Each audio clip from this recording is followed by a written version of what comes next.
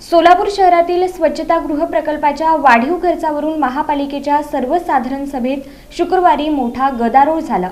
नगरसेविका श्रद्धा पवार यांनी प्रकल्पाच्या खर्चाबाबत गंभीर शंका उपस्थित केल्या।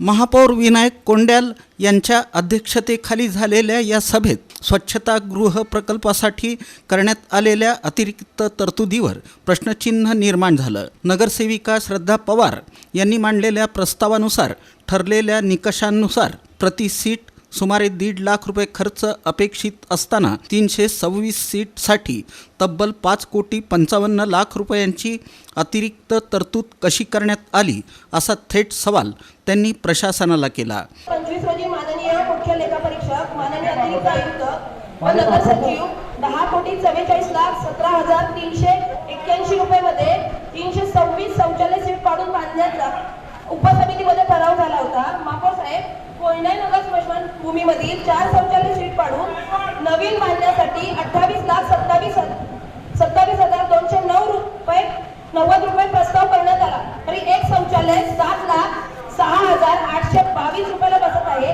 तर महापौर साहेब, शौचालयाचा चांदीचा टोकरा लावून शौचालय बांधणार होते का? या मुद्द्यावरून सभागृहात वातावरण तापलं आणि मोठा गोंधळ निर्माण झाला। नगरसेविका रोहिणी तडवळकर तसंच नगरसेवक अनंत जाधव, गणेश वानकर, अमोल शिंदे आणि चेतन नरोटे यांनीही प्रशासनाच्या कामकाजावर तीव्र नाराजी व्यक्त केली। प्रकल्पाच्या खर्चवाढीमागील कारणे स्पष्ट करण्यात प्रशासन अपयशी ठरत असल्याचा आरोप त्यांनी केला। दरम्यान खर्च जागेवर केलेला आहे, त्या संदर्भामध्ये तुमचं काय क्लॅरिफिकेशन आहे ते सांगा। त्याचा एस्टिमेट कोण बनवला? आता जे माननीय सदस्यांनी विचारलं त्याची रक्कम किती आहे? आयुक्त साहेब, मुळात ही जी शौचालय योजना आहे हे तुमच्या मान्यतेनं विना टेंडर याचं टेंडर आपण जाहीर प्रसिद्धीकरण केलं आहे। काय तुम्हाला शासनाचे आदेश असतील, निर्देश असतील किंवा वेळेत व्हावं, लवकर व्हावं त्यामध्ये केलं नाही। यासाठी जे आपण प्रोसिजर राबवले त्याची थोडीशी माहिती द्या, कशी राबवली प्रोसिजर? हे 200 मक्तीदार फायनल केले, कसं केले?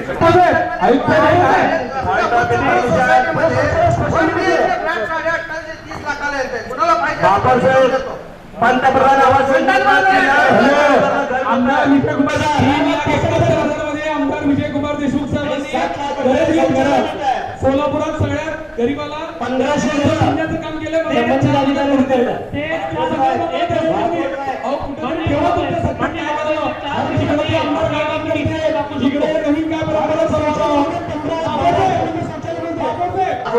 हा जो विषय आलाय हा प्रस्तावित कामाचा आहे। या संदर्भातलं सर्व सदस्यांचं असं म्हणणं आहे की हे जे एस्टिमेट झालंय हे नाही, पैसे किती खर्च पडले ते पण घ्या। पैसे खर्च पडले नाही,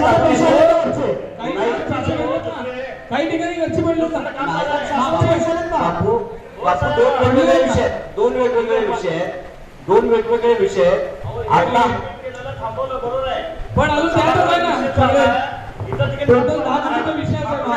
सहाय्यक आयुक्त शशिकांत भोसले यांनी नगरसेवकांच्या प्रश्नांना उत्तर देत प्रकल्पाबाबत स्पष्टीकरण देण्याचा प्रयत्न केला। त्यांनी स्वच्छतागृह प्रकल्पाची माहिती देताना खर्चाचे तपशील आणि वाढीमागील कारणे मांडली। की हे एस्टिमेट आहे हे स्वतःला पाडून बांधण्यात होतं, म्हणजे यामध्ये पाडण्याचं देखील एस्टिमेट कन्सिडर केलेलं आहे। Demolition of existing compound wall, demolition of existing flooring, demolition of existing toilet, हे झालं एक पार्ट आहे, प्लस बांधणं नव्याने, म्हणजे हे दोन्हीचं कंपोनंट होतं। आणि यामध्ये मॅडम अजून एक गोष्ट मी आपण क्लिअर करू इच्छितो की यामध्ये 30% टॅक्सचा कंपोनंट आहे, त्यामध्ये 18% जीएसटी आहे, 5% इलेक्ट्रिफिकेशन आहे, 1% इन्शुरन्स आहे, 1% लेबर सेस आहे, कंटिन्युअन्सी 3% आहे, ऍडमिट फी 3.5%। अशा प्रकारे वरचा 30% हा टॅक्सचा कंपोनंट आहे। त्यामुळे ते आपण कसं आणि तातडीची बाब असल्याने आणि टेंडर करून जर कारवाई करायची असली तर 2 महिन्यापेक्षा जास्त कारवाई करायची, 2 महिन्याची पण कारवाई करायची आणि आता ती तोंडावर होती, कारवाई करणे आवश्यक होती, म्हणून सक्षम मान्यता घेऊन ठराव घेऊन ही कारवाई करण्यात आली आहे। याच्यामध्ये प्रस्ताव पाठवण्यात आल्यानंतर मुक्तदार नेमण्यात आले, मुक्तदार नेमल्यानंतर एस्टिमेट करण्यात आले, एस्टिमेट केल्यानंतर त्याला प्रशासकीय मान्यता देण्यात आली, त्यानंतर ठराव घेऊन पुढील कामे करण्यात आली। मात्र त्यांच्या उत्तरांवर सर्व सदस्य समाधानी नसल्याचं चित्र दिसून आलं।